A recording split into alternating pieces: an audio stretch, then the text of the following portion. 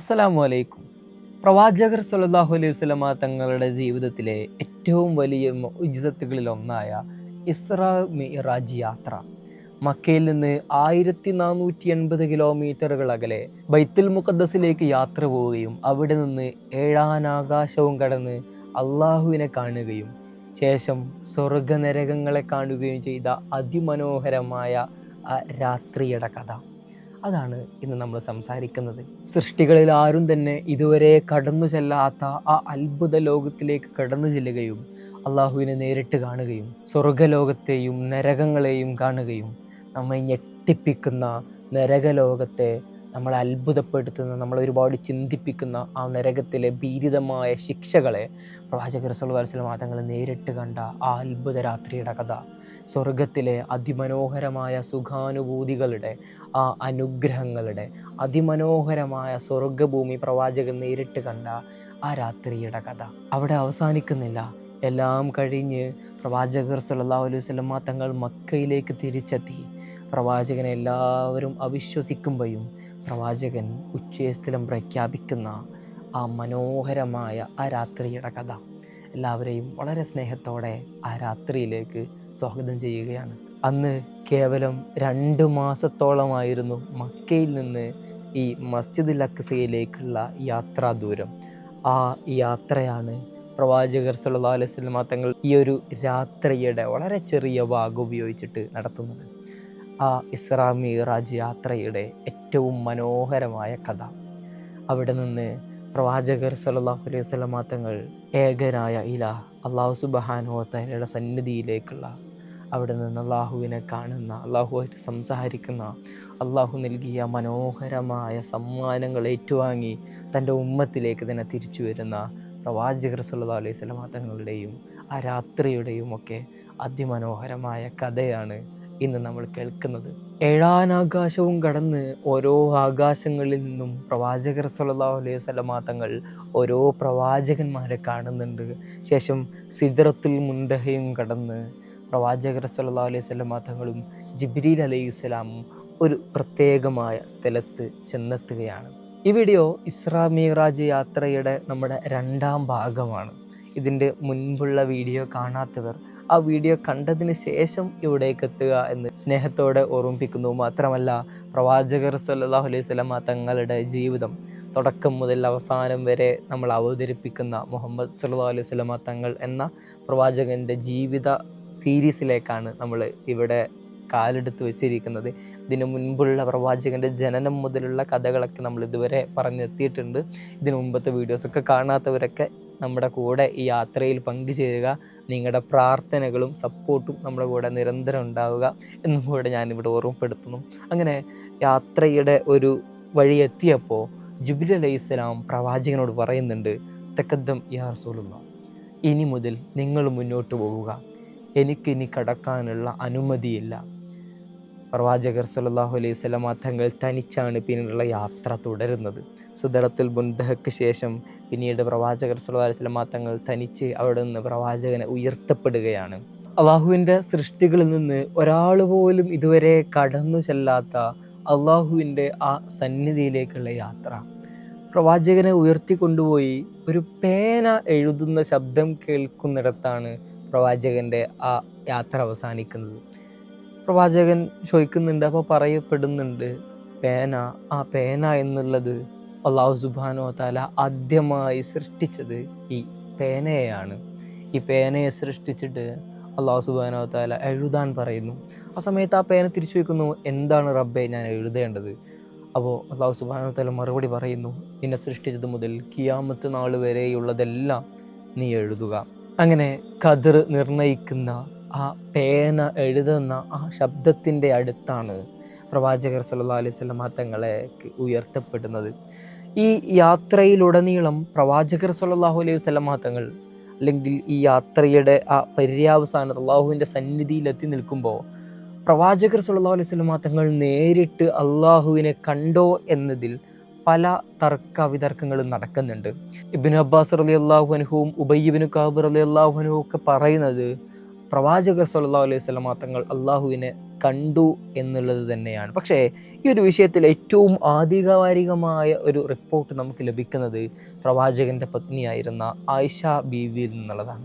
ആയിഷ ബീവി പറയുന്നുണ്ട്, മസ്റൂഖ് റളിയല്ലാഹു അൻഹു വന്നുകൊണ്ട് ഈ വിഷയവുമായിട്ട് ബന്ധപ്പെട്ടുകൊണ്ട് ആയിഷ ബീവിയോട് സംസാരിക്കുന്നുണ്ട്. മിഅ്റാജിൻ്റെ വേളയിൽ പ്രവാചകർ സല്ലല്ലാഹു അലൈഹി വസല്ലമ തങ്ങൾ അള്ളാഹുവിനെ നേരിട്ട് കണ്ടിട്ടുണ്ടോ? ആ അവസരത്തിൽ ആയിഷ ബീവി പറയുന്നുണ്ട്, ഇല്ല, ഒരിക്കലും കണ്ടിട്ടില്ല. മാത്രമല്ല ആയിഷ ബീവി പറയുന്നുണ്ട്, ആരെങ്കിലും കണ്ടു എന്ന് പറയുകയാണെങ്കിൽ അവൻ അള്ളാഹുവിന് മേലിൽ വലിയ കളവാണ് അടിച്ചേൽപ്പിക്കുന്നത് എന്നുകൂടെ ആയിഷ ബീവി ആ അവസരത്തിൽ കൂട്ടിച്ചേർക്കുന്നുണ്ട്. ആ സമയത്ത് മസ്റൂഖ് വീണ്ടും ചോദിക്കുന്നുണ്ട്, അപ്പോൾ ഖുർആനിൽ പറയുന്നില്ലേ വലഖദ് റആഹു നസ്ലത്തൻ ഉഖ്റ എന്ന് ഉദ്ദേശിക്കുന്നത് ഈ ഒരു സംഭവമല്ലേ എന്ന് ചോദിക്കുമ്പോഴും ആയിഷ ബീവി പറയുന്നുണ്ട്, അല്ല, അതൊരിക്കലും ഈ സംഭവവുമായി ബന്ധപ്പെട്ടുകൊണ്ടല്ല, ആ അവസരത്തിൽ ജിബ്രീൽ അലൈഹിസ്സലാമിനെയാണ് ഉദ്ദേശിക്കുന്നത് എന്നും പറയുന്നുണ്ട്. മാത്രമല്ല ആയിഷ ബീവി വീണ്ടും കൂട്ടിച്ചേർക്കുന്നുണ്ട്, അള്ളാഹു തന്നെ ഖുർആനിലൂടെ പറയുന്നില്ലേ ലാ തുദ്റകുഹുൽ അബ്സാർ, അള്ളാഹുവിനെ ഒരിക്കലും നിങ്ങൾക്ക് കാണാൻ സാധിക്കില്ല എന്നൊക്കെ പറയുന്നുണ്ട്. എന്തുകൊണ്ടാണ് ഈ ആയിഷ ബീവിയുടെ റിപ്പോർട്ട്, ആയിഷ ബീവി ഇത്രത്തോളം അവിതർക്കിതമായി സംസാരിക്കുകയാണ്. മാത്രമല്ല ആയിഷ ബീവി പറയുന്നുണ്ട്, ആരെങ്കിലും അള്ളാഹുവിനെ കണ്ടു എന്ന് പറയുകയാണെങ്കിൽ അത് അള്ളാഹുവിൻ്റെ മേലിൽ ഒരു കളവ് നിങ്ങൾ കെട്ടിച്ചമക്കുകയാണെന്നൊക്കെ. എന്തിനാണ് ആയിഷ ബീവിയുടെ ഈ ഒരു റിപ്പോർട്ട് നമ്മൾ ഈ ഒരു അവസരത്തിൽ പ്രവാചകൻ അള്ളാഹുവിനെ നേരിട്ട് കണ്ടോ എന്നതിൽ നമ്മൾ ശക്തമായിട്ട് പിടിക്കുന്നതെന്ന് ചോദിച്ചാൽ വളരെ സിമ്പിളാണ് ഉത്തരം. കാരണം മറ്റുള്ള പല വിഷയവുമാണ് എങ്കിൽ, ഒരു യുദ്ധമായിക്കൊള്ളട്ടെ, അല്ലെങ്കിൽ പുറത്തുള്ള മറ്റു പ്രശ്നങ്ങളായിക്കൊള്ളട്ടെ, അതാണെങ്കിൽ നമുക്ക് ഇതുപോലെയുള്ള ഇപ്പോൾ ഇബ്നു അബ്ബാസ് തങ്ങളുടെയൊക്കെ റിപ്പോർട്ട് നമുക്ക് മുന്തിക്കാം. പക്ഷേ ഇത് പ്രവാചകർ സല്ലല്ലാഹു അലൈഹി വസല്ലം തങ്ങളുടെ ജീവിതത്തിൽ നടന്ന വളരെ സ്വകാര്യമായ അല്ലെങ്കിൽ ഏറ്റവും വലിയ മുഅ്ജിസത്തുകളൊന്നായിട്ട് നടക്കുന്ന സംഭവമാണ്. അത് പ്രവാചകൻ ഏറ്റവും കൂടുതൽ ഷെയർ ചെയ്യാൻ സാധ്യതയുള്ളത് പ്രവാചകൻ്റെ സഹധർമ്മിണിയായിട്ടുള്ള പ്രവാചകൻ്റെ ഭാര്യയായിട്ടുള്ള ആയിഷ ബീവിയോടാണ്. ആയിഷ ബീവി ആ ഇൽമിനോടുള്ള അത്രയും അതിയായ ആഗ്രഹം കൊണ്ട് തന്നെ തീർച്ചയായും അതിനെപ്പറ്റി ചോദിക്കുകയും ചെയ്തിരിക്കും. അതുകൊണ്ട് തന്നെയാണ് ഇത്രയും ആധികാരികതയോടെ ആയിഷ ബീവി ഈ വിഷയം സംസാരിക്കുന്നത്. അതുകൊണ്ട് തന്നെയാണ് ഈ ഒരു അവസരം നമ്മൾ ആയിഷ ബീവിയുടെ റിപ്പോർട്ടുമായിട്ട് മുന്നോട്ട് പോകുന്നത്. പ്രവാചകർ സല്ലല്ലാഹു അലൈഹി വസല്ലം തങ്ങൾ ഒരിക്കലും അല്ലാഹു സുബ്ഹാനഹു വ തആലയെ നേരിട്ട് കണ്ടിട്ടില്ല എന്ന് തന്നെയാണ് അതിലേറ്റവും വാസ്തവകരമായ കാര്യം. മാത്രമല്ല മദീനയിൽ നിന്ന് അബൂദർ ഗിഫാരി റളിയല്ലാഹു അൻഹു ഒരിക്കൽ പ്രവാചകനോട് ചോദിക്കുന്നുണ്ട്, അൽ റഅയ്ത റബ്ബക യാ റസൂലല്ലാഹ്, നിങ്ങൾ നമ്മുടെ റബ്ബിനെ കണ്ടിട്ടുണ്ട്, നിങ്ങളുടെ റബ്ബിനെ കണ്ടിട്ടെന്ന് ചോദിക്കുമ്പോൾ പ്രവാചകൻ പറയുന്ന മറുപടി നൂറുൻ, അതൊരു പ്രകാശമാണ്, ഞാൻ എങ്ങനെ കാണാനാണ് എന്നാണ് അബൂദർ തങ്ങളോട് പ്രവാചകർ സല്ലല്ലാഹു അലൈഹി വസല്ലം തങ്ങൾ കൊടുക്കുന്ന മറുപടി. പ്രവാചകർ സല്ലല്ലാഹു അലൈഹി വസല്ലം തങ്ങളുടെ ഈ ഒരു ഹദീസിലൂടെ, അല്ലെങ്കിൽ പ്രവാചകൻ പിന്നീട് ആ സന്നിധിയിലേക്ക് പോയിട്ട് എന്താണ് കണ്ടതെന്ന് ചോദിക്കുമ്പോൾ ഈ ഒരു പ്രകാശമാണ് കണ്ടിട്ടുള്ളത്. അഥവാ 70ഓളം പ്രകാശത്തിൻ്റെ മറകളാണ് അള്ളാഹു സുബ്ഹാനഹു വ തആലക്കുള്ളത്. ആ പ്രകാശത്തിൻ്റെ മറകൾ മാത്രമാണ് ആ ആകാശയാത്രയിൽ പ്രവാചകർ സല്ലല്ലാഹു അലൈഹി വസല്ലം തങ്ങൾ കണ്ടിട്ടുള്ളത്. ആ ഒരു പ്രകാശത്തിൻ്റെ മറയിൽ നിന്നുള്ള ഒരു കിരണമാണ് മൂസാ നബി അലൈഹി ഇസ്ലാമിൻ്റെ അടുത്തേക്കും വന്നിട്ടുള്ളത്. മൂസാ നബി അലൈഹി ഇസ്ലാം അള്ളാഹുവിനെ കാണണമെന്ന് പറഞ്ഞു വന്നപ്പോൾ ഇതേ പ്രകാശത്തിൻ്റെ ഒരു കിരണമാണ് ആ പർവ്വതത്തിലേക്ക് വരികയും ആ പർവ്വതം പൊടിഞ്ഞില്ലാതാവുകയും മൂസാ നബി അലൈഹി ഇസ്ലാം ബോധരഹിതനായി വീഴുകയൊക്കെ ചെയ്യുന്നത്. അത്രത്തോളം ആ ഒരു ശക്തിയെ സ്വീകരിക്കാനുള്ള ഒരു കഴിവും നമുക്കോ നമ്മുടെ കണ്ണുകൾക്കോ നിലവിലില്ല എന്നുള്ളതാണ്. പക്ഷേ ഖിയാമത്ത് നാളിൻ്റെ അവസരത്തിൽ മരണാനന്തരം ഇൻഷാ അല്ലാഹ് പ്രവാചകൻ പറയുന്നുണ്ട്, ഒരു പൂർണ്ണ ചന്ദ്രനെ അർദ്ധരാത്രിയിൽ നമ്മൾ എങ്ങനെ കാണുമോ അതുപോലെ നമ്മൾ നമ്മുടെ റബ്ബിനെ കാണും. ആ അവസരത്തിൽ അവൻ്റെ അടിമകളുടെ മുഖം പ്രകാശപൂരിതമാകും, അവരുടെ മുഖം തിളങ്ങും എന്നൊക്കെ പ്രവാചകർ സ്വല്ലല്ലാഹു അലൈഹി വസല്ലം തങ്ങൾ പറയുന്നുണ്ട്. അല്ലാഹു സുബ്ഹാനഹു വ തആല ആ അള്ളാഹുവിനെ നേരിട്ട് കാണാനാകുന്ന മഹാഭാഗ്യവാന്മാരിൽ ഉൾപ്പെടുത്തട്ടെ എന്ന് ഞാൻ ഈ അവസരത്തിൽ പ്രാർത്ഥിക്കുകയാണ്. അങ്ങനെ പ്രവാചകർ സല്ലല്ലാഹു അലൈഹി വസല്ലമ തങ്ങളും അള്ളാഹുവുമായിട്ടുള്ള ഒരു സംഭാഷണം അവിടെ നടക്കുന്നുണ്ട്. 3 കാര്യങ്ങളാണ് പ്രധാനമായിട്ടും പ്രവാചകർ സല്ലല്ലാഹു അലൈഹി വസല്ലമ തങ്ങൾക്ക് അള്ളാഹു നൽകുന്നത്. അതിലൊന്നാമത്തേത് നിസ്കാരമാണ്. മിഅ്റാജിൻ്റെ രാത്രി എന്തുകൊണ്ട് പ്രത്യേകമാക്കപ്പെട്ടു എന്നുള്ള ഏറ്റവും പ്രധാനപ്പെട്ട ഉത്തരം, ഉമ്മത്തിന് നിസ്കാരം നിർബന്ധമാക്കിയ രാത്രിയാണത്. ആ അവസരത്തിൽ ഒന്നാമതായിട്ട് നൽകുന്നത് നിസ്കാരമാണ്. രണ്ടാമതായിട്ട് ബഖറയിലെ അവസാന ആയത്തുകൾ, നമുക്കെല്ലാവർക്കും സുപരിചിതമായ ആ ആയത്തുകൾ ആ രാത്രിയാണ് അവതീർണമാകുന്നത്. മൂന്നാമതായിട്ട് അള്ളാഹു നൽകുന്നത് ഒരു വാഗ്ദാനമാണ്. ഈ ഒരു 3 കാര്യം എന്താണ് എന്നാണ് നമ്മൾ അടുത്തായിട്ട് നോക്കുന്നത്. അതിൽ നിസ്കാരത്തിൻ്റെ വിഷയത്തിലേക്ക് നമ്മൾ അവസാനം വരാം. ആദ്യമായിട്ട് പ്രവാചകർ സ്വല്ലല്ലാഹു അലൈഹി വസല്ലം തങ്ങൾക്ക് നൽകുന്നത് ഈ ആമന റസൂൽ, നമ്മൾക്ക് എല്ലാവർക്കും സുപരിചിതമായ ബക്കറ സൂറത്തിൻ്റെ അവസാന 2 ആയത്തുകൾ ആമന റസൂലാണ് പ്രവാചകർ സ്വല്ലല്ലാഹു അലൈഹി വസല്ലം തങ്ങൾക്ക് അവസരത്തിൽ നൽകുന്നത്. അത് അർഷിൽ നിന്നുള്ള കൻസ് അഥവാ നിധിയാണ് എന്നാണ് ചരിത്രകാരന്മാരും തഫ്സീർ പണ്ഡിതന്മാരൊക്കെ രേഖപ്പെടുത്തുന്നത്. മാത്രമല്ല ഒരു രാത്രിയിൽ ഒരാൾ ഈ ആമന റസൂൽ ഓതിയാൽ അവൻ അന്നേ ദിവസം അത് മതി എന്നാണ് പ്രവാചകർ സ്വല്ലല്ലാഹു അലൈഹി വസല്ലം തങ്ങൾ പറയുന്നത്. കാരണം എല്ലാ ആയത്തുകളും പ്രവാചകർ സ്വല്ലല്ലാഹു അലൈഹി വസല്ലം തങ്ങളിലേക്ക് എത്തിയ ഖുർആനിലെ എല്ലാ ആയത്തുകളും അത് ജിബ്രീൽ മുഖേനയാണ് അള്ളാഹു പ്രവാചകന് കൊടുത്തേക്കുന്നത്. പക്ഷേ ഈ 2 ആയത്തുകൾ മാത്രം അത് അള്ളാഹു നേരിട്ട് പ്രവാചകർ സ്വല്ലല്ലാഹു അലൈഹി വസല്ലം തങ്ങൾക്ക് കൊടുക്കുന്ന ആയത്തുകളാണ്. ആ ആയത്തിന് അത്രത്തോളം പ്രത്യേകതയുണ്ട്. അത് ജീവിതത്തിൽ മുറുകെ പിടിക്കുക എന്നും ഈ അവസരത്തിൽ ഞാൻ ഓർമ്മപ്പെടുത്തുന്നു. രണ്ടാമതായിട്ട് നമ്മൾ പറഞ്ഞ പോലെ പ്രവാചകർ സ്വല്ലല്ലാഹു അലൈഹി വസല്ലം തങ്ങൾക്ക് അള്ളാഹു ഒരു വാഗ്ദാനം നൽകുന്നുണ്ട്. അത് ഷിർക്ക് ചെയ്യാത്ത, അള്ളാഹുവിൽ പങ്കുകാരെ ചേർക്കാത്ത എല്ലാവർക്കും പുറത്തു കൊടുക്കുമെന്നും അവരെ സ്വർഗത്തിൽ പ്രവേശിപ്പിക്കുമെന്ന വലിയ വാഗ്ദാനം അള്ളാഹു സുബ്ഹാനഹു വ തആല ആ രാത്രിയിലാണ് പ്രവാചകർ സ്വല്ലല്ലാഹു അലൈഹി വസല്ലം തങ്ങൾക്ക് നൽകുന്നത്. മറ്റു പ്രധാനപ്പെട്ട കാര്യം, അള്ളാഹു സുബ്ഹാനഹു വ തആല ആ രാത്രിയിൽ നിസ്കാരം സമ്മാനമായി കൊണ്ട് പ്രവാചകർ സ്വല്ലല്ലാഹു അലൈഹി വസല്ലം തങ്ങൾക്ക് നൽകി എന്നുള്ളതാണ്. ദിവസവും 50 വക്ത് നിസ്കാരമാണ് ആ അവസരത്തിൽ അള്ളാഹു സുബ്ഹാനഹു വ തആല പ്രവാചകന് വേണ്ടിയിട്ട് നൽകിയത്. നമുക്കെല്ലാവർക്കും അറിയുന്ന ഒരു ചരിത്ര സംഭവം കൂടിയാണത്. അങ്ങനെ ആ എല്ലാ സമ്മാനവും വളരെ സ്നേഹത്തോടെ സ്വീകരിച്ചുകൊണ്ട് അള്ളാഹു സുബ്ഹാനഹു വ തആലയുടെ അടുത്ത് നിന്നും പ്രവാചകർ സ്വല്ലല്ലാഹു അലൈഹി വസല്ലം തങ്ങൾ അവിടെ നിന്ന് ഇറങ്ങി വരികയാണ്. അങ്ങനെ സിദറത്തുൽ മുൻതഹ കടന്ന് ശേഷം 7ാം ആകാശത്തിലെത്തി. ഇബ്രാഹിം നബി അലൈഹി സ്വലാം ഒന്നും പറയുന്നില്ല. ഇബ്രാഹിം നബി അലൈഹി സ്വലാം അവിടെ നിശബ്ദമായിട്ടിരിക്കുകയാണ്. 6ാം ആകാശത്തെത്തിയപ്പോഴാണ് മൂസാ നബി അലൈഹി സ്വലാമിനെ കാണുന്നത്. ആ സമയത്ത് മൂസാ നബി അലൈഹി സ്വലാം ചോദിക്കുന്നത്, എന്താണ് മഫറല്ലാഹു ലിയാ ഉമ്മത്തിക്, നിങ്ങളുടെ ഉമ്മത്തിൻ്റെ മേലിൽ എന്താണ് ഫറലാക്കിയിട്ടുള്ളത്? കാരണം ഈ അവസരം ഈ പ്രവാചകന്മാരൊക്കെ കടന്നുപോയ അതേ അവസരമാണ്. മൂസാ നബി അലൈഹി സ്വലാമിൻ്റെ ഉമ്മത്തിൻ്റെ മേലിൽ, ബനൂ ഇസ്രായേലിങ്ങളുടെ മേലിൽ നിസ്കാരം നിർബന്ധമായിരുന്നു. അത് ചിലപ്പോൾ ഇങ്ങനത്തെ ഒരു അവസ്ഥയിലൂടെ ആയിരിക്കും, അല്ലെങ്കിൽ അള്ളാഹുവിനെ ഇതുപോലെ മൂസാ നബി അലൈഹി സ്വലാമെ ആ തുരിസിന പർവ്വതത്തിൻ്റെ മുകളിലേക്ക് വിളിച്ചുകൊണ്ടാണ് അവരുടെ വേദഗ്രന്ഥവും അതുപോലെ നിസ്കാരവും ഒക്കെ നൽകുന്നത്. അതുപോലെ ഈ ഒരു അവസരം പ്രവാചകനെ വിളിച്ചു വരുത്തിയതും ഇതിനാണ് എന്ന് മൂസാ നബി അലൈഹി സ്വലാമിന് അറിയുമായിരിക്കും. അതുകൊണ്ട് തന്നെയാണ് നിങ്ങളുടെ ഉമ്മത്തിൻ്റെ മേൽ എന്താണ് നിർബന്ധമാക്കിയത് എന്ന് മൂസാ നബി അലൈഹി സ്വലാം ചോദിച്ചു. ആ സമയത്ത് പ്രവാചകൻ സന്തോഷത്തോടെ മറുപടി പറഞ്ഞു, ദിവസവും 50 വക്ത് നിസ്കാരം എൻ്റെ ഉമ്മത്തിൻ്റെ മേൽ നിർബന്ധമാക്കിയിട്ടുണ്ട്. ആ സമയത്ത് മൂസാ നബി അലൈഹി സ്വലാം പറയുന്നുണ്ട്, ഇത് നിങ്ങളുടെ ഉമ്മത്തിൻ്റെ മേൽ വലിയ ബുദ്ധിമുട്ടാവും. ഇത്രയും വലിയ ഉമ്മത്തിനായിട്ട് ഇടപഴകിയ വലിയൊരു പാഠം അല്ലെങ്കിൽ ഒരു മുൻപരിചയം ഉള്ളതുകൊണ്ട് പറയാണ്, ഇത് അവർക്ക് വളരെ ബുദ്ധിമുട്ടാവും. നിങ്ങൾ അള്ളാഹുവിൻ്റെ അടുത്ത് ചെന്നിട്ട് ഒരു ഇളവുകൾ ചോദിക്കണം. ആ അവസരത്തിൽ പ്രവാചകർ സ്വല്ലല്ലാഹു അലൈഹി വസല്ലം തങ്ങൾ ജിബ്രീൽ അലൈഹി ഇസ്ലാമിൻ്റെ മുഖത്തേക്കൊന്ന് നോക്കി. ഇവരുടെ ഒരുപാട് പാഠങ്ങൾ നമുക്ക് പഠിക്കാനുണ്ട്. അഥവാ മുൻ പരിചയമുള്ള എക്സ്പീരിയൻസ്ഡ് ആയ ആളുകളുടെ അടുത്ത് നിന്ന് നമുക്ക് ഇൽമ ലഭിക്കുന്നത് പോലെ മൂസാ നബി അലൈഹി സ്വലാം അദ്ദേഹത്തിൻ്റെ ജീവിതത്തിൽ നിന്നുള്ള ഒരു ജീവിത പാഠമാണ് പ്രവാചകർ സ്വല്ലല്ലാഹു അലൈഹി വസല്ലം തങ്ങൾക്ക് പറഞ്ഞു കൊടുക്കുന്നത്. കാരണം നമ്മൾ നേരത്തെ സൂചിപ്പിച്ചതുപോലെ വലിയൊരു ഉമ്മത്തുമായിട്ട് ഇടപഴകിയ പരിചയമുള്ള ആളാണ് മൂസാ നബി അലൈഹി സ്വലാം. അങ്ങനെ പ്രവാചകർ സ്വല്ലല്ലാഹു അലൈഹി വസല്ലം തങ്ങളുടെ അള്ളാഹുവിൻ്റെ അടുത്തേക്ക് ചെല്ലുന്നു. എന്നിട്ട് ഈ കാര്യങ്ങളൊക്കെ പറയുന്നു. അപ്പോൾ വീണ്ടും 5 വക്ത് കുറച്ചിട്ട് 45 വക്തായി കൊടുക്കുന്നു. ശേഷം വീണ്ടും വരുന്നു. മൂസാ നബി അലൈഹി സ്വലാം വീണ്ടും പറഞ്ഞേക്കുന്നു. ആ സംഭവമൊക്കെ നമുക്ക് വളരെ സുപരിചിതമാണ്. അങ്ങനെ 9 തവണ അങ്ങോട്ടും ഇങ്ങോട്ടും പോകുന്നു. അങ്ങനെ അവസാനം 5 വക്താക്കി ചുരുക്കിയിട്ട് അള്ളാഹു സുബ്ഹാനഹു വ തആല കൊടുക്കുന്നു. ആ 5ഉമായിട്ട് തിരിച്ചു വരുമ്പോൾ വീണ്ടും മൂസാ നബി അലൈഹി സ്വലാം പറയുന്നുണ്ട്, അതും നിങ്ങളുടെ ഉമ്മത്തിൻ്റെ മേലിൽ ഭാരമാകും. അതുകൊണ്ട് വീണ്ടും അതിൽ നിന്നും കുറച്ച് തരാൻ വേണ്ടിയിട്ട് നിങ്ങൾ പറയണം എന്ന് പറയുമ്പോൾ പ്രവാചകർ സ്വല്ലല്ലാഹു അലൈഹി വസല്ലം തങ്ങൾ മറുപടി പറയുന്നുണ്ട്, അത് എനിക്ക് ഭയങ്കര ലജ്ജയാണ് ഇനിയും ചെന്ന് ചോദിക്കാൻ. 9 പ്രാവശ്യം അള്ളാഹുവിൻ്റെ അടുത്ത് ചെന്നിട്ട് ഇത് ലഘൂകരിച്ച് തരാൻ പറയുന്നുണ്ട്. ഇനിയും അവിടെ പോയിട്ട് ചോദിക്കാൻ എനിക്ക് ലജ്ജയാണ്, അതെനിക്ക് സാധിക്കുകയില്ല എന്നാണ് പ്രവാചകർ സ്വല്ലല്ലാഹു അലൈഹി വസല്ലം തങ്ങൾ പറയുന്നത്. അങ്ങനെ ആ ഉടനടി അവിടെ ഒരു വിളംബരം നടക്കുകയാണ്. ഞാൻ ഇളവുകൾ നൽകിയിരിക്കുന്നു. ആ 5 വക്ത് നിസ്കാരം ഉമ്മത്തിൻ്റെ മേൽ നിർബന്ധമായിരിക്കുന്നു.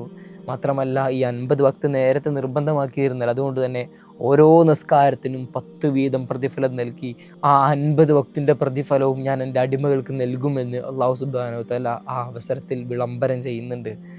ഈ അവസരത്തിൽ നമുക്ക് മനസ്സിലാവുന്ന മറ്റൊരു ഹദീസ് അവിടെ നമുക്ക് കാണാം. ഒരാളൊരു നന്മ ഉദ്ദേശിക്കുകയാണെങ്കിൽ അള്ളാഹു സുബ്ഹാനഹു വ തആല അവനക്ക് വേണ്ടിയിട്ട് അവിടെ പ്രതിഫലം എഴുതുകയാണ്. ആ ഒരു നന്മ അവൻ പ്രവർത്തിക്കുകയാണെങ്കിൽ അവന് 10 പ്രതിഫലവും എഴുതുകയാണ്. മാത്രമല്ല അവനൊരു തിന്മ വിചാരിക്കുകയാണ് എന്നുണ്ടെങ്കിൽ അള്ളാഹു സുബ്ഹാനഹു വ തആല അവൻ്റെ പേരിൽ തെറ്റുകളൊന്നും എഴുതുന്നില്ല.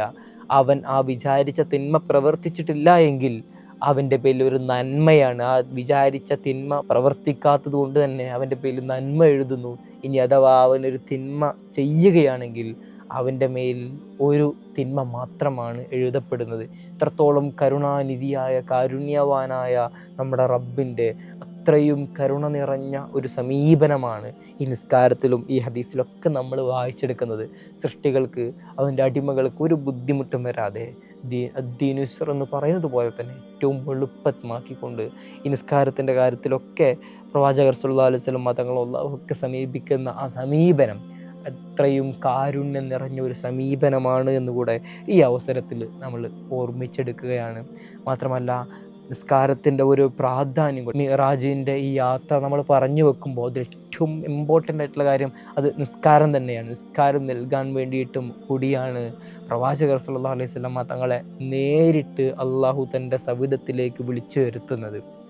നിങ്ങൾ ആലോചിച്ച് നോക്കുക, അത്രയും ഏറ്റവും പ്രധാനപ്പെട്ട നേരിട്ട് വിളിച്ചു കൊടുത്ത ഒരു സമ്മാനമാണ് നിസ്കാരം. അതിൽ ഒരു ഇളവുകളും അള്ളാഹു നൽകുന്നുമില്ല. ജീവിതത്തിൻ്റെ ഏതൊക്കെ സാഹചര്യങ്ങളിലൂടെ കടന്നു പോകുന്ന ആളുകൾക്കും ഒരു ഇളവും നിസ്കാരത്തിൽ അള്ളാഹു നൽകുന്നില്ല എന്നുള്ളതാണ്.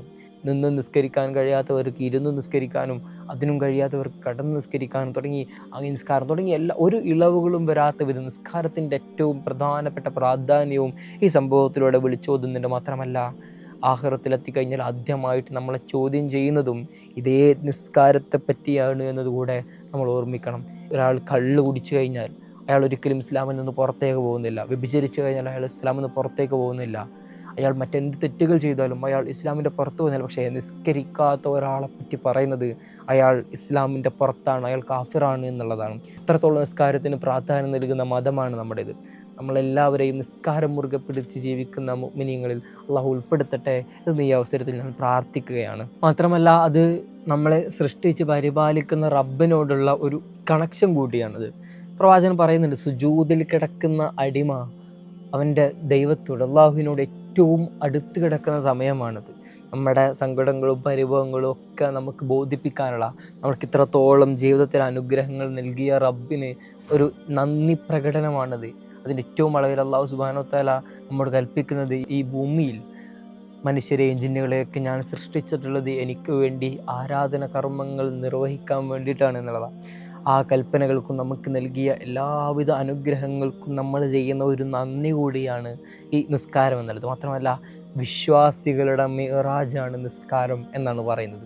അഥവാ വിശ്വാസികളെ സംബന്ധിച്ചിടത്തോളം നമുക്കതുപോലെ ആകാശത്ത് പോയി അല്ലാഹുവിനെ കാണാനുള്ള സൗഭാഗ്യങ്ങളൊന്നുമില്ല. ആ വിശ്വാസികളുടെ മിഅ്റാജാണ് ഓരോ നിസ്കാരവും എന്നുകൂടെ പണ്ഡിതന്മാർ ഈ അവസരത്തിൽ രേഖപ്പെടുത്തുന്നുണ്ട്. മാത്രമല്ല ഈ മിഹ്റാജിൻ്റെ സമയം അത് രാത്രി തിരഞ്ഞെടുക്കുന്നതിൻ്റെ പിന്നിലുള്ള യുക്തിയും ഇതുതന്നെയാണ്. അഥവാ രാത്രി നിസ്കരിക്കാൻ ഏറ്റവും ഉചിതമായ സമയവും അള്ളാഹുവിൻ്റെ അടിമകൾ ഏറ്റവും കൂടുതൽ നിസ്കാരവുമായിട്ട് അള്ളാഹുവിനോട് ബന്ധപ്പെട്ട് കിടക്കേണ്ടതും ഈ ഒരു രാത്രിയാണ്. മൻ തൊലബല്ലുലാ സെഹ്റൽ ലയാൽ എന്ന് പറഞ്ഞു വെക്കുന്നിടത്ത്, അഥവാ രാത്രി നമ്മൾ എത്രത്തോളം മനോഹരമായ അവൻ്റെ ആരാധന കർമ്മങ്ങൾക്ക് വേണ്ടി ഉപയോഗിക്കുന്നു എന്ന് അവൻ്റെ ഉന്നതമായ അവൻ്റെ ദർജകളിലേക്കുള്ള അവൻ്റെ ശ്രേഷ്ഠമായ പദവികളിലേക്ക് അതിനെ കുറിച്ചു വെക്കുന്നു എന്നുള്ളത് കൂടിയാണ്. എന്തുകൊണ്ടാണ് ഈ 50 വക്ത് തിരഞ്ഞെടുത്തതിന് ശേഷം പിന്നീട് അത് തിരിച്ച് 5 വക്തുകളാക്കി എന്നുള്ളതും ഈ ഒരു അവസരത്തിൽ നമ്മൾ ചിന്തിക്കേണ്ട കാര്യം. അല്ലാഹു സുബ്ഹാനഹു വ തആല ആദ്യമേ അത് 5 വക്ത് എന്ന് നിജപ്പെടുത്തിയതാണ്. പിന്നീട് എന്തിനായിരുന്നു ഇങ്ങനെ ഈ ലഘൂകരിക്കാൻ വേണ്ടിയിട്ടുള്ള ഈ ഒരു ശ്രമവും അവിടെ നടത്തിയെന്ന് നമ്മൾ നോക്കാം. അതിലേറ്റവും പറയുന്നത്, നബി സല്ലല്ലാഹു അലൈഹി വസല്ലം തങ്ങൾക്ക് അള്ളാഹുവുമായിട്ട് കൂടുതൽ സംസാരിക്കാനുള്ള ഒരു അവസരം ഒരുക്കുക എന്നുള്ളതായിരുന്നു. പ്രവാചകർ സല്ലല്ലാഹു അലൈഹി വസല്ലം തങ്ങൾ 9 തവണയാണ് അള്ളാഹുവുമായിട്ട് ഈ ഒരു വിഷയം സംബന്ധിച്ച് സംസാരിക്കാൻ വേണ്ടിയിട്ട് അങ്ങോട്ടും ഇങ്ങോട്ടും പോകുന്നത്. മാത്രമല്ല നബിയെ സംബന്ധിച്ചിടത്തോളം അവരുടെ ഉമ്മത്തിനോടുള്ള വലിയ സ്നേഹമാണ് നമ്മൾ ഈ അവസരത്തിൽ ഓർമ്മിച്ചെടുക്കേണ്ടത്. 50 വക്ത് നിസ്കാരം എന്നുള്ളത് പ്രവാചകർ സല്ലല്ലാഹു അലൈഹി വസല്ലം തങ്ങളെ സംബന്ധിച്ചിടത്തോളം ഒരു ബുദ്ധിമുട്ടുള്ള കാര്യമേ അല്ല. മാത്രമല്ല പ്രവാചകൻ്റെ ജീവിതം നമ്മൾ എടുത്ത് പരിശോധിച്ച് നോക്കുമ്പോൾ പ്രവാചകൻ ദിവസവും 50 വക്ത് നിസ്കരിച്ചതായിട്ട് ചരിത്ര ഗ്രന്ഥങ്ങൾ മുഴുവനും രേഖപ്പെടുത്തിയതായിട്ട് നമുക്ക് കാണാം. ഈ ഫർലാക്കപ്പെട്ട 5 നിസ്കാരങ്ങൾക്ക് പുറമെ പ്രവാചകർ സല്ലല്ലാഹു അലൈഹി വസല്ലമ തങ്ങൾ സുന്നത്തായിട്ട് പ്രവാചകൻ നിർവഹിച്ചിരുന്ന നിസ്കാരങ്ങൾ ളുഹായും വിത്തറും തഹജ്ജുദും ഒക്കെ ഉൾപ്പെടെ പ്രവാചകൻ ദിവസവും 50 വക്ത് നിസ്കാരം നിസ്കരിച്ചിരുന്നുവെന്ന് എല്ലാ ചരിത്രകാരന്മാരും രേഖപ്പെടുത്തിയിട്ടുള്ളതാണ്. പ്രവാചകനെ സ്വയം സംബന്ധിച്ചിടത്തോളം പ്രവാചകൻ അതിൽ ബുദ്ധിമുട്ടുള്ള കാര്യമേ അല്ല, മറിച്ച് അവൻ്റെ സൃഷ്ടികൾക്ക്, പ്രവാചകർ സല്ലല്ലാഹു അലൈഹി വസല്ലമ തങ്ങളുടെ ഉമ്മത്തിലെ ആളുകൾക്ക് അത് വളരെ വലിയ ബുദ്ധിമുട്ടാകുമെന്ന് കണ്ട് പ്രവാചകർ സല്ലല്ലാഹു അലൈഹി വസല്ലമ തങ്ങൾ അള്ളാഹുവിനടുത്ത് കുറച്ച് തരാൻ വേണ്ടിയിട്ട് കൽപ്പിക്കുന്ന, ആ ഉമ്മത്തിന് വേണ്ടിയിട്ട് ലോകോപകരണം ചെയ്യാൻ കഴിയുന്ന, ഉമ്മത്തിനോട് അത്രത്തോളം മതിയായ സ്നേഹമുള്ള പ്രവാചകൻ്റെ ആ സ്നേഹം കൂടെ നമ്മൾ ഈ അവസരത്തിലൂടെ വായിച്ചെടുക്കുന്നുണ്ട്. ആ ഉമ്മത്തിനോടുള്ള സ്നേഹം എന്നുള്ളത് പ്രവാചകർ സല്ലല്ലാഹു അലൈഹി വസല്ലമ തങ്ങളെ സംബന്ധിച്ചിടത്തോളം ഒരിക്കൽ ആയിഷ ബീവിക്ക് വേണ്ടിയിട്ട് പ്രവാചകർ സല്ലല്ലാഹു അലൈഹി വസല്ലമ തങ്ങൾ പ്രാർത്ഥിക്കുന്നുണ്ട്. അത് കേട്ട ആയിഷ ബീവിക്ക് വളരെ സന്തോഷമായി. സന്തോഷത്തോടു കൂടെ ഇരിക്കുന്ന ആയിഷ ബീവിയെ കണ്ടപ്പോൾ പ്രവാചകൻ ചോദിക്കുന്നുണ്ട്, നീ എന്തിനാണ് ആയിഷ ഇങ്ങനെ സന്തോഷിക്കുന്നത്? ഞാൻ നിനക്ക് വേണ്ടി അങ്ങനെ പ്രാർത്ഥിച്ചതിനാണോ എന്ന്. അതെ എന്ന് ആയിഷ ബീവി മറുപടി പറയുന്നു. ആ സമയത്ത് പ്രവാചകൻ പറയുന്ന ഒരു മറുപടിയുണ്ട്, എങ്കിൽ ഇതേ പ്രാർത്ഥന ദിവസവും ഞാൻ എൻ്റെ ഉമ്മത്തിലെ ആളുകൾക്ക് വേണ്ടി നടത്തുന്നു എന്ന് പറയുന്ന പ്രവാചകർ സല്ലല്ലാഹു അലൈഹി വസല്ലമ തങ്ങളുടെ ആ ഉമ്മത്തിനോടുള്ള അതിയായ സ്നേഹം. ആയിഷ ബീവി ഒരു തവണ പ്രാർത്ഥിച്ചപ്പോഴേക്കും അത്രയും സന്തോഷിച്ചിരുന്ന ആ പ്രാർത്ഥന ഞാൻ എൻ്റെ ഉമ്മത്തിന് വേണ്ടി ദിവസവും പ്രാർത്ഥിക്കുന്നുണ്ട് എന്ന് പ്രവാചകർ സല്ലല്ലാഹു അലൈഹി വസല്ലമ തങ്ങൾ അവിടെ പറയുന്നുണ്ട്. അങ്ങനെ ഈ ഇസ്രാ മിഅ്റാജിൻ്റെ വേളയിൽ തിരിച്ചു പോരുമ്പോൾ പ്രവാചകർ സല്ലല്ലാഹു അലൈഹി വസല്ലമ തങ്ങൾക്ക് സ്വർഗവും നരകവും എല്ലാം കാണിച്ചു കൊടുക്കുന്നു. പ്രവാചകർ സല്ലല്ലാഹു അലൈഹി വസല്ലമ തങ്ങൾക്ക് ആദ്യമായിട്ട് കാണിച്ചു കൊടുക്കുന്നത് സ്വർഗത്തിലെ ചില കാഴ്ചകളാണ്. പ്രവാചകൻ സ്വർഗം കാണുന്നു. പ്രവാചകൻ വിശദീകരിക്കുന്നുണ്ട് അവിടുത്തെ ചില മനോഹരമായ വീടുകൾ. ആ വീടുകൾ എന്നുള്ളത് പവിഴമുത്തുകളാൽ പണിത 3 കിലോമീറ്ററുകളോളം ദൂരമുള്ള വലിയ മണിമാളികകളാണ്. വിശ്വാസികൾക്ക് വേണ്ടിയിട്ട് സ്വർഗത്തിൽ പണിത വീടുകളെ പറ്റിയിട്ട് പ്രവാചകർ സല്ലല്ലാഹു അലൈഹി വസല്ലമ തങ്ങൾ പറയുന്നത്. മാത്രമല്ല അവിടുത്തെ മണ്ണ് കസ്തൂരിയേക്കാൾ സുഗന്ധപൂരിതമായ അവിടുത്തെ മണ്ണ്. മാത്രമല്ല ആ മണ്ണിൽ മുത്തും പവിഴവും ഒക്കെ നിറഞ്ഞ മണ്ണുകളായിട്ടാണ് ആ സ്വർഗത്തിലെ മണ്ണിനെ പ്രവാചകർ സല്ലല്ലാഹു അലൈഹി വസല്ലമ തങ്ങൾ വിശേഷിപ്പിക്കുന്നത്. ദുനിയാവിൽ ജീവിതത്തിൽ ഒരു മനുഷ്യൻ അയാളുടെ ജീവിതത്തിലെ സകല ബുദ്ധിമുട്ടുകളിലൂടെ കടന്നുപോയൊരു മനുഷ്യൻ, സകലമാന ബുദ്ധിമുട്ടുകളും ദുരിതങ്ങളും ജീവിതത്തിൽ അനുഭവിച്ച ഒരു മനുഷ്യനെ ഒരു നോക്ക് അയാൾ സ്വർഗം കാണുകയാണെങ്കിൽ അയാൾക്ക് പിന്നീട് അയാൾ ഭൂമിയിൽ അനുഭവിച്ച ദുരിതങ്ങളെ പറ്റിയൊന്നും ഓർമ്മയുണ്ടാവില്ല എന്നുള്ളതാണ് പ്രവാചകൻ്റെ ഹദീസ്. അത്രത്തോളം സുഗന്ധ മനോഹരമായ, അത്രത്തോളം അനുഗ്രഹീതമായ സ്വർഗഭൂമിയെയാണ് പ്രവാചകർ സല്ലല്ലാഹു അലൈഹി വസല്ലമ തങ്ങൾക്ക് വേണ്ടി അള്ളാഹു അവിടെ കാണിച്ചു കൊടുക്കുന്നത്. മാത്രമല്ല പ്രവാചകൻ പറയുന്നുണ്ട് അവിടെ അധികവും ദരിദ്രരായ മനുഷ്യരാണ്. ഭൂമിയിൽ അവരനുഭവിച്ച ത്യാഗങ്ങൾക്കും വേദനകൾക്കും സഹനങ്ങൾക്കൊക്കെ ഉള്ള വലിയ പ്രതിഫലമായിട്ട് അള്ളാഹു അവർക്ക് സ്വർഗം നൽകുന്ന മനോഹരമായ കാഴ്ച നമ്മളവിടെ കാണുന്നുണ്ട്. നമ്മൾ വിശദീകരിക്കുമ്പോൾ, സ്വർഗത്തിൻ്റെ കഥകൾ പറയുമ്പോൾ നമ്മുടെ ഭാവനകളിലേക്ക് വരുന്നത് എന്താണ്? അതൊന്നുമല്ല സ്വർഗം. പ്രവാചകർ സല്ലല്ലാഹു അലൈഹി വസല്ലമ തങ്ങൾ സ്വർഗത്തിന് നൽകുന്ന ഏറ്റവും വലിയ ഡെഫിനിഷൻ അതാണ്. മാ ലാ ഐനുൻ റഅത് വലാ ഉദുനുൻ സമീഅത്. ഒരു കണ്ണുകളും ഇതുവരെ കാണാത്ത, ഒരു ചെവികളും ഇതുവരെ കേൾക്കാത്ത, ഒരു ബുദ്ധിയും ഒരു ഭാവനയും ഇതുവരെ ചിന്തിക്കാൻ പോലും സാധിക്കാത്ത ഒരു ഭൂമികയാണ് സ്വർഗം എന്ന് പ്രവാചകർ സല്ലല്ലാഹു അലൈഹി വസല്ലമ തങ്ങൾ അവസരത്തിൽ പഠിപ്പിച്ചു കൊടുക്കുന്നുണ്ട്. ആ ഭാവനകൾക്കെല്ലാം അതീതമാണത്. അല്ലാഹു സുബ്ഹാനഹു വ തആല ആ സൗഭാഗ്യങ്ങളൊക്കെ അനുഭവിക്കാനുള്ള മഹാഭാഗ്യം നമുക്ക് പ്രദാനം ചെയ്യട്ടെ എന്ന് ഈ അവസരത്തിൽ ഞാൻ പ്രാർത്ഥിക്കുകയാണ്. അങ്ങനെ പ്രയാസങ്ങളാൽ ചുറ്റപ്പെട്ട ഭൂമികയാണത്. അഥവാ നമ്മൾ ഈ ഭൂമിയിൽ നിന്ന് അനുഭവിക്കുന്ന നമ്മളുടെ ബുദ്ധിമുട്ടുകൾക്കൊക്കെ നമ്മൾ ക്ഷമയോടെ സമീപിക്കുക എന്നുള്ളതാണ് അത് ലഭിക്കാനുള്ള വലിയൊരു മാർഗം. മറിച്ച് നരകം എന്നുള്ളത് അത് സുഖലോലുപതകൾക്കും ദേഹേച്ഛകളാലും ചുറ്റപ്പെട്ട ഒരു ഭൂമി കൂടിയാണ്. അങ്ങനെ ആദം നബി അലൈഹി ഇസ്ലാമിന് ശേഷം ആദ്യമായിട്ട് സ്വർഗത്തിൽ പ്രവാചകർ സല്ലല്ലാഹു അലൈഹി വസല്ലമ തങ്ങൾ പ്രവേശിക്കുകയാണ്. ആദം നബി അലൈഹി ഇസ്ലാമിന് ആദ്യമായിട്ട് സ്വർഗത്തിൽ പ്രവേശിക്കുന്നു. അവിടെ നിന്ന് പുറത്താക്കിയതിനു ശേഷം പിന്നീട് ആദ്യമായിട്ട് അവിടെ പ്രവേശിക്കുന്നത് പ്രവാചകർ സല്ലല്ലാഹു അലൈഹി വസല്ലമ തങ്ങളാണ്. ഖിയാമത്ത് നാളിലും ഇതുപോലെ പ്രവാചകർ സല്ലല്ലാഹു അലൈഹി വസല്ലമ തങ്ങളാണ് അവിടെ ആദ്യമായിട്ട് സ്വർഗ കവാടങ്ങളിൽ ചെന്ന് മുട്ടുന്ന മനുഷ്യൻ. ആ സമയത്ത് അവിടെ അകത്തുനിന്ന് വിളിച്ചു ചോദിക്കുന്നുണ്ട്, ആരാണ്? ആ സമയത്ത് പറയാം, ഞാൻ പ്രവാചകൻ മുഹമ്മദ് സല്ലല്ലാഹു അലൈഹി വസല്ലമ തങ്ങളാണ്. അങ്ങനെ പ്രവാചകന് വേണ്ടിയിട്ട് ആ കവാടങ്ങൾ തുറക്കപ്പെടുന്ന ചരിത്രമൊക്കെ നമ്മളവിടെ കാണുന്നുണ്ട്. ഇങ്ങനെ സ്വർഗത്തിലെ ഒരുപാട് മനോഹരമായ കാഴ്ചകളും അതിൻ്റെ സൗഭാഗ്യങ്ങളും ഒക്കെയാണ് ആ അവസരത്തിൽ പ്രവാചകർ സല്ലല്ലാഹു അലൈഹി വസല്ലമ തങ്ങൾക്ക് വേണ്ടിയിട്ട് കാണിച്ചു കൊടുക്കുന്നത്. ശേഷം പിന്നീട് പ്രവാചകർ സല്ലല്ലാഹു അലൈഹി വസല്ലം തങ്ങൾക്ക് വേണ്ടിയിട്ട് നരകത്തെയും ആ അവസരത്തിൽ കാണിച്ചു കൊടുക്കുന്നുണ്ട്. നരകത്തിൽ ഒരുപാട് ശിക്ഷാമുറകളൊക്കെ പ്രവാചകർ സല്ലല്ലാഹു അലൈഹി വസല്ലം തങ്ങൾ കാണിക്കുന്നുണ്ട്. അവിടെ പ്രവാചകർ സല്ലല്ലാഹു അലൈഹി വസല്ലം തങ്ങൾ ആ നരകത്തിൻ്റെ കാവൽക്കാരനായ മാലിക് അലൈഹി ഇസ്ലാമിനെ കണ്ടുമുട്ടുന്നൊരു സംഭവം പറയുന്നുണ്ട്. എല്ലാ മലക്കുകളും വളരെ സന്തോഷത്തോടെ ചിരിച്ചുകൊണ്ട് പ്രവാചകനോട് സലാം പറയുന്നു. അവസരത്തിലാണ് ഒരു മലക്ക് വന്നുകൊണ്ട് പ്രവാചകന് സലാം പറയുന്നത്. പ്രവാചകൻ സലാം മടക്കുന്നു. ആ മലക്ക് ഒരിക്കലും പുഞ്ചിരിക്കുന്നില്ല. ആ സമയത്ത് പ്രവാചകൻ ജിബ്രീൽ അലൈഹി ഇസ്ലാമിനോട് ചോദിക്കുന്നുണ്ട്, എന്താണ് ആ മലക്ക് ചിരിക്കാത്തത്? ആ സമയത്ത് പ്രവാചകനോട് ജിബ്രീൽ അലൈഹി ഇസ്ലാം പറയുന്നു, അത് നരകത്തിൻ്റെ സംരക്ഷകനായ മലക്കാണ്. ഇതുവരെ സൃഷ്ടിച്ച അന്നു മുതൽ ആരോടും ഇതുവരെ ചിരിച്ചിട്ടില്ല. ആരോടെങ്കിലും അത് ചിരിക്കുമായിരുന്നെങ്കിൽ ആ മലക്ക് അങ്ങയോടായിരുന്നു ചിരിക്കേണ്ടത്, അങ്ങയോടും ചിരിച്ചില്ല. ആ മലക്ക് ഇതുവരെ ആരോടും ചിരിച്ചിട്ടില്ല എന്ന വാക്ക് ഇവിടെ പറഞ്ഞു വെക്കുന്നുണ്ട്. അങ്ങനെ മാലിക് അലൈഹി ഇസ്ലാമിനെ കാണുന്നുണ്ട്. ശേഷം നരകത്തിൽ ഒരുപാട് ശിക്ഷാമുറകളെ പ്രവാചകർ സ്വല്ലല്ലാഹു അലൈഹി വസല്ലം തങ്ങൾക്ക് കാണിച്ചു കൊടുക്കുകയാണ്. അതിൽ ചിലത് മാത്രം നമ്മളിവിടെ സൂചിപ്പിക്കുന്നത്. കേവലം ഭാവിയെയാണ് ഇവിടെ പ്രവാചകർ സ്വല്ലല്ലാഹു അലൈഹി വസല്ലം തങ്ങൾക്ക് കാണിച്ചു കൊടുക്കുന്നത്. ആ അവസരത്തിൽ ഒരു കൂട്ടം ആളുകൾ അവരുടെ ചുണ്ടുകൾ വികൃതമായി പോയിട്ടുണ്ട്. പ്രവാചകൻ പറയുന്നു, ഒട്ടകങ്ങളുടെ ചുണ്ടുകൾ പോലെ അവരുടെ ചുണ്ടുകൾ വികൃതമായി മാറിയിട്ടുണ്ട്. അവർ ആ നരകത്തിൽ നിന്നുള്ള തീക്കനലുകൾ എടുത്ത് വായിലിട്ടത് വിഴുങ്ങുകയാണ്. ശേഷം അവരുടെ ശരീരത്തിലൂടെ അത് പുറന്തള്ളപ്പെടുന്നു. വീണ്ടും അവരവരുടെ ചുണ്ടുകളാൽ തീക്കനലുകൾ വിഴുങ്ങി അതിങ്ങനെ പുറന്തള്ളപ്പെടുകയാണ്. പ്രവാചകൻ ചോദിക്കുന്നുണ്ട്, ഇവരെന്ത് ശിക്ഷയാണ് ചെയ്തിട്ടുള്ളത്? ഇവർക്ക് എന്തിനാണ് ഇങ്ങനെ ശിക്ഷ? അവരെന്ത് തെറ്റാണ് ചെയ്തിട്ടുള്ളതെന്ന് ചോദിക്കുമ്പോൾ ജിബ്രീൽ അലൈഹി സ്വലാം മറുപടി പറയുന്നു, അവർ അനാഥകളുടെ സമ്പത്ത് അന്യായമായി ഭക്ഷിച്ച ആളുകളാണ്. അനാഥ സംരക്ഷണത്തിന് വേണ്ടി പ്രവാചകർ സ്വല്ലല്ലാഹു അലൈഹി വസല്ലം മാത്രം ഒരുപാട് അധ്യാപനങ്ങൾ കൽപ്പിക്കുന്നതായിട്ട് നമുക്ക് കാണാം. ആ അവസരത്തിൽ അതൊന്നും കൽപ്പിക്കാതെ അനാഥകളുടെ സമ്പത്ത് അന്യായമായി ഭക്ഷിച്ച ആളുകൾക്കാണ് ഇത്തരത്തിലുള്ള ഒരു ശിക്ഷ നൽകുന്നത്. കുറച്ചുകൂടെ മുന്നോട്ട് പോകുമ്പോൾ കുറച്ച് ആളുകളെ പ്രവാചകർ സ്വല്ലല്ലാഹു അലൈഹി വസല്ലം തങ്ങൾ കാണുന്നു. അവർക്ക് വലിയ വയറുകളാണ്. പ്രവാചകൻ പറയുന്നുണ്ട്, വലിയ വയറുകൾ എന്ന് വെച്ചാൽ വീടുകൾ പോലെ ഉയർത്ത വലിയ വയറുകൾ. അവർക്ക് അവിടെ നിന്ന് അനങ്ങാൻ പോലും പറ്റുന്നില്ല. ഒരുപാട് മൃഗങ്ങൾ വന്നുകൊണ്ട് അവരെ ആക്രമിക്കുകയാണ്. പ്രവാചകൻ ചോദിക്കുന്നു, ഇവർ എന്ത് തെറ്റ് ചെയ്തിട്ടാണ് അവർ ഈ ശിക്ഷ അനുഭവിക്കുന്നത്? എന്ത് തരം ആളുകളാണ്? ആ സമയത്ത് ജിബ്രീൽ അലൈഹി ഇസ്ലാം പറയുന്നു, പലിശ തിന്നുന്ന ആളുകളാണിവർ, പലിശ വാങ്ങുന്ന ആളുകളാണിവർ. ആ പലിശ തിന്നിട്ട് അവരിങ്ങനെ ഇതുപോലെ ആയി മാറി എന്ന് പറഞ്ഞുകൊണ്ട് പലിശയുടെ അതിൻ്റെ ഏറ്റവും അപകടകരമായ സാഹചര്യത്തെ പ്രവാചകർ സല്ലല്ലാഹു അലൈഹി വസല്ലം തങ്ങൾ ഈ അവസരത്തിൽ ജിബ്രീൽ അലൈഹി ഇസ്ലാം പ്രവാചകന് വേണ്ടിയിട്ട് പരിചയപ്പെടുത്തി കൊടുക്കുകയാണ്.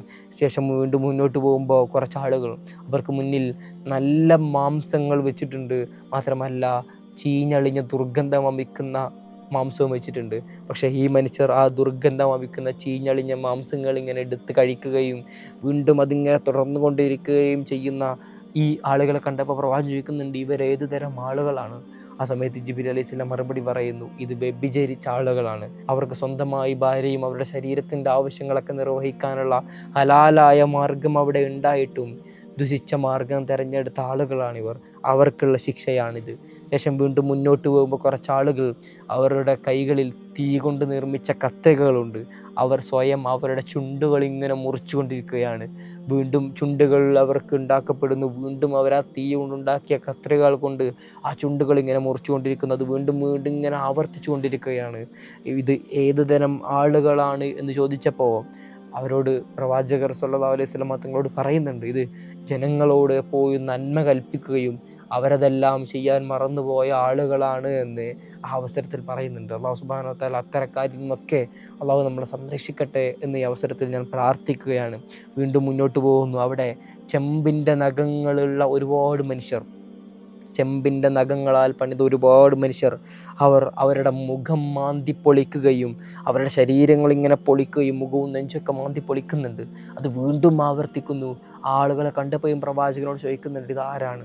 പ്രവാചകൻ ചോദിച്ചപ്പോൾ ജിബ്രീൽ അലൈഹി സ്വലാം മറുപടി പറയുന്നു, ഇത് ജനങ്ങളുടെ പച്ചമാംസം ഭക്ഷിച്ച ആളുകളാണ്. ആളുകളെ പറ്റി പരദൂഷണം പറഞ്ഞ, അവരുടെ അഭിമാനത്തിന് ക്ഷതമേൽപ്പിച്ച, അവരുടെ അഭിമാനത്തിന് കളങ്കം വരുത്തിയ പരദൂഷണം പറഞ്ഞു നടന്ന ആളുകളാണ് എന്ന് ജിബ്രീൽ അലൈഹി സ്വലാം പറഞ്ഞു കൊടുക്കുന്നു. അങ്ങനെ ഈ നരകത്തിലുള്ള ഇത്രയും ക്രൂരമായ പീഡനമുറകളും ആ ശിക്ഷകളൊക്കെ കണ്ടതിന് ശേഷം പ്രവാചകർ സല്ലല്ലാഹു അലൈഹി വസല്ലം അതങ്ങൾ തിരിച്ചു പോരുമ്പോൾ ഒരു ഇടത്തെത്തിയപ്പോൾ അവിടുന്ന് അതിസുഗന്ധം പ്രവാചകർ സല്ലല്ലാഹു അലൈഹി വസല്ലം തങ്ങൾക്ക് ലഭിക്കുകയാണ്. അടിച്ചു വീശുന്ന സുഗന്ധം പ്രവാചകന് ലഭിച്ചപ്പോൾ പ്രവാചകൻ ജിബ്രീൽ അലൈഹി ഇസ്ലാമിനോട് ചോദിക്കുന്നുണ്ട്, എന്താണ് ഇവിടെ ഇങ്ങനെ സുഗന്ധം?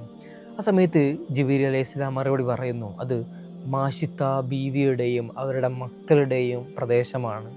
എന്താണ് അവരുടെ പ്രത്യേകത എന്ന് ചോദിക്കുമ്പോൾ പ്രവാചകനോട് പറയപ്പെടുന്നുണ്ട്, അവർ ഫിർഔനിൻ്റെ കൊട്ടാരത്തിലെ ഫിർഔനിൻ്റെ മകളുടെ സേവകയായിരുന്നു മാഷിത്ത.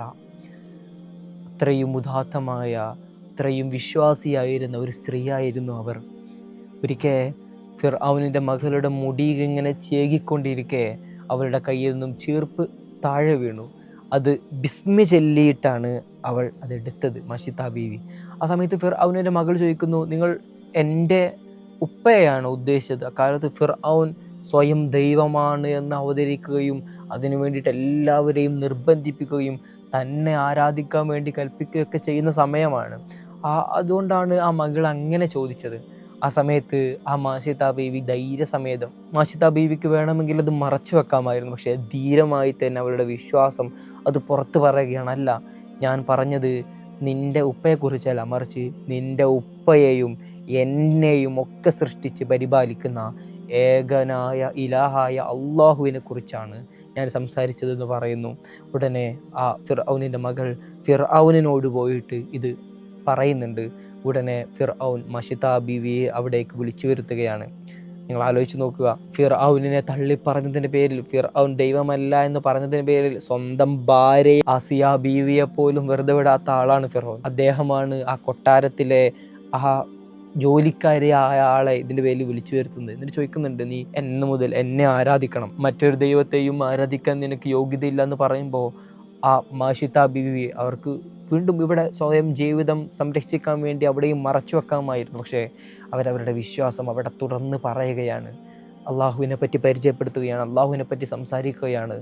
ആ സമയത്ത് ഫിർഔൻ താക്കീത് ചെയ്യുന്നുണ്ട്, നിനക്ക് വേണമെങ്കിൽ ഇപ്പോൾ പിന്മാറാം, ഈ നിമിഷം മുതൽ എന്നെ നിനക്ക് ആരാധിച്ചു തുടങ്ങാം, അല്ലെങ്കിൽ നിന്നെയും നിൻ്റെ മക്കളെയും ഒക്കെ ഞാൻ കത്തിച്ചു കളയുമെന്ന് ഏറ്റവും വലിയ താക്കീത് അവിടെ ഫിർഔൻ നടത്തുന്നുണ്ട്. പക്ഷേ മാഷിത്ത ബീവി അവിടെ നിന്നും പിന്മാറുന്നില്ല. ഫിർഔൻ ആ പറഞ്ഞതുപോലെ തന്നെ ആ ശിക്ഷാമുറകളുമായിട്ട് മുന്നോട്ട് പോവാണ്. അങ്ങനെ 3 മക്കളെയും ഈ മാഷിത്ത ബീവിയെയും, 5 മക്കളാണ് എന്നും അഭിപ്രായമുണ്ട്. അങ്ങനെ ആ മക്കളെയും മാഷിത്ത ബീവിയൊക്കെ അവിടെ കൊട്ടാരത്തിലേക്ക് കൊണ്ടുവരുന്നു. അങ്ങനെ വലിയൊരു തീക്കുണ്ടാരം ഉണ്ടാക്കാനുള്ള കൽപ്പനയും കൊടുക്കുന്നു.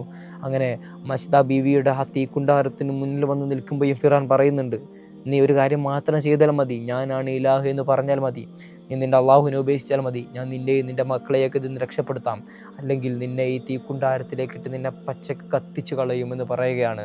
മാഷിത്ത ബീവി പതറുന്നില്ല. അള്ളാഹുവാണ് ഏകനായ ഇലാഹ് എന്ന അവരുടെ വിശ്വാസത്തിൽ അവർ അത്രത്തോളം അടിയുറച്ചു നിൽക്കുകയാണ്. ഉടനെ മാഷിത്ത ബീവിയുടെ മക്കളെ ഓരോരുത്തരായി ഫിർഔൻ ആ തീക്കനലിലേക്ക്, ആ തീക്കുണ്ടാരത്തിലേക്ക് എറിയുകയാണ്. ഒരു ഉമ്മയെ സംബന്ധിച്ചിടത്തോളം അവർക്ക് ജീവിതത്തിൽ ഏറ്റവും കൂടുതൽ വേദനിക്കുന്ന അവരുടെ മക്കളുടെ മരണ വാർത്തയാണ്. ആ മക്കളെയാണ് ഇവരുടെ ജീവനോടെ ഫിർഔൻ പച്ചക്ക് കത്തിച്ച് കളയുന്നത്.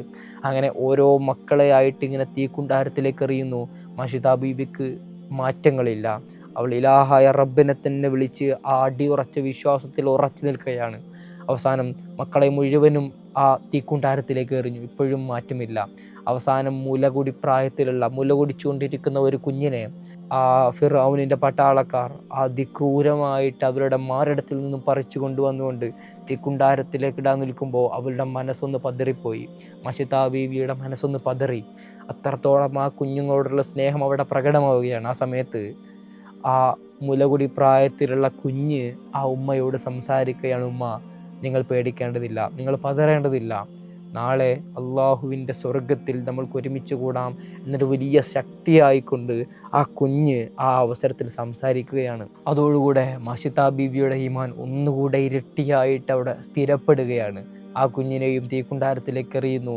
ശേഷം മാഷിത്ത ബീവിയെയും തീക്കുണ്ടാരത്തിലേക്ക് എറിയാൻ വരുമ്പോൾ മാഷിത്ത ബീവി ഫിർഔനോട് പറയുന്നുണ്ട്, എനിക്ക് അവസാനമായിട്ടൊരാഗ്രഹമുണ്ട്, നിങ്ങളത് സാധിച്ചു തരണം, നിങ്ങൾ ഞങ്ങളെല്ലാവരെയും ഈ തീക്കുണ്ടാരത്തിലേക്ക് എറിച്ച് കൊന്നുകളയുകയാണ്, പക്ഷേ ആ തീക്കുണ്ടാരത്തിൽ നിന്ന് ഞങ്ങളെല്ലാവരെയും ഒരുമിച്ച് നിങ്ങൾ കബറടക്കണം എന്ന് അവസരത്തിൽ പറയുകയാണ്. ഫിർഔൻ ആ ആവശ്യം നിർവഹിച്ചു കൊടുക്കുന്നുണ്ട്. അങ്ങനെ ആരും കാണാതെ, മുൻകാല ഗ്രന്ഥങ്ങളിലൊന്നുമില്ലാതെ ആ തീക്കുണ്ടാരത്തിൽ അണഞ്ഞുപോയ ഫിർഔനിൻ്റെ കൊട്ടാരത്തിലെ ജോലിക്കാരിയായിരുന്ന ഒരു സ്ത്രീയുടെയും അവരുടെ മക്കളുടെയും കഥ വർഷങ്ങൾ എത്രയോ കഴിഞ്ഞ് ഇന്നും നമ്മളിവിടെ വെച്ച് സംസാരിക്കുകയാണ്. ആ സ്ത്രീയെ അള്ളാഹു ഉയർത്തിയതിൻ്റെ ഏറ്റവും വലിയ തെളിവാണത്.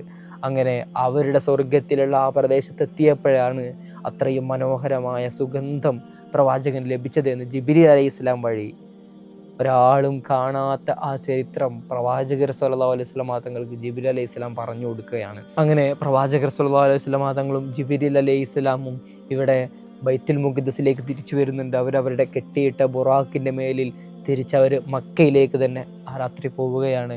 ആ രാത്രി പോകുമ്പോൾ പ്രവാചകർ സല്ലല്ലാഹു അലൈഹി വസല്ലം തങ്ങൾ ശ്രദ്ധിക്കുന്ന മറ്റൊരു പ്രധാനപ്പെട്ട കാര്യമുണ്ട്. മക്കയിൽ നിന്നുള്ള 3 കച്ചവട സംഘങ്ങൾ അവർ ഈ ഭാഗത്ത് നിന്ന് മക്കയിലേക്ക് തിരിച്ചു വരികയാണ്.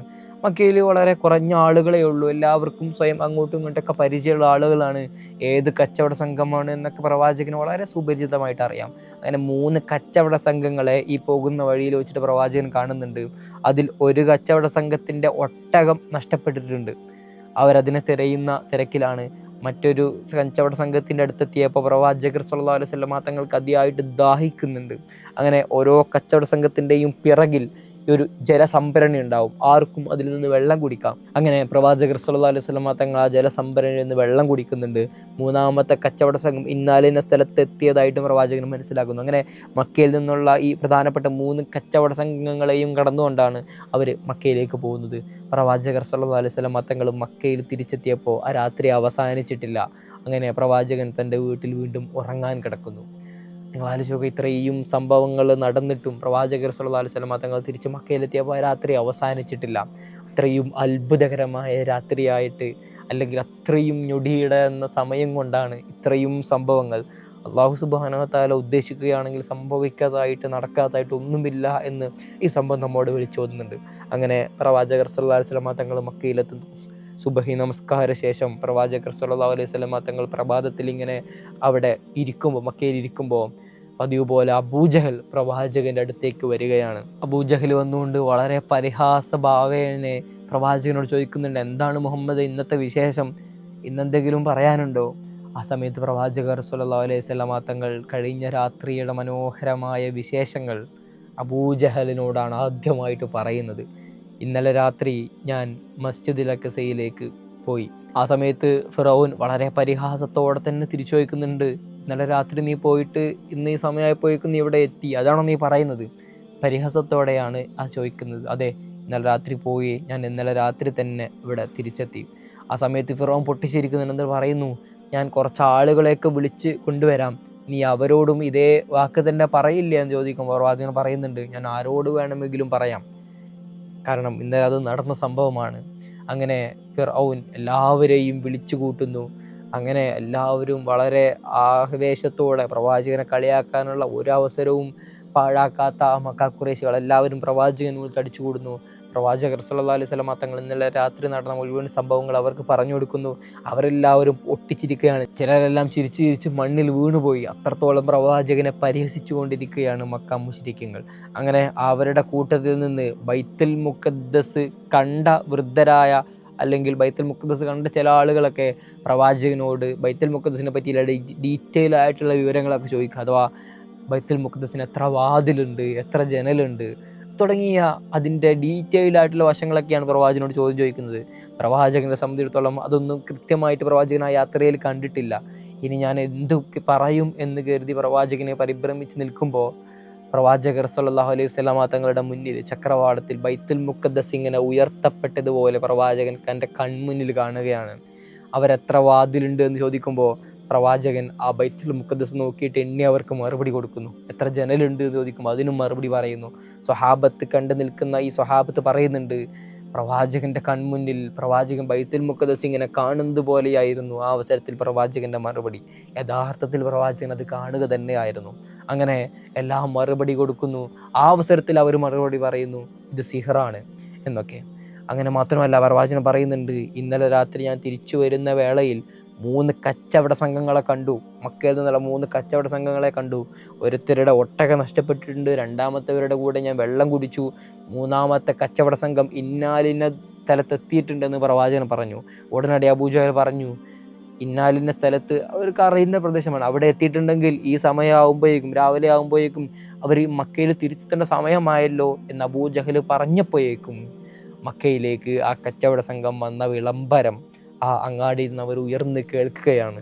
ഉടനടി ആളുകൾ പറഞ്ഞു ഇത് സിഹറാണ്. അവർ അത്രയും അത്ഭുതകരമായ വാർത്തകൾ മുഴുവനും പറഞ്ഞിട്ടും അത് സിഹറാണ്, പ്രവാചകൻ കള്ളം പറയുകയാണ്, പ്രവാചകന് ഭ്രാന്താണ് എന്നൊക്കെ അവർ പ്രവാചകൻ്റെ മേൽ അടിച്ചാക്ഷേപിക്കുകയാണ്. അവരാരും വിശ്വസിക്കുന്നില്ല. അങ്ങനെ ചില ആളുകളൊക്കെ അബൂബക്കർ തങ്ങളുടെ അടുത്തേക്ക് ഓടിച്ചെന്നുകൊണ്ട് പറയുന്നുണ്ട്, ഇന്ന് നിൻ്റെ മുഹമ്മദ് പറഞ്ഞത് നീ കേട്ടോ അബൂബക്കറെ? ഇല്ല, എന്താണ് എൻ്റെ പ്രവാചകൻ പറഞ്ഞത്?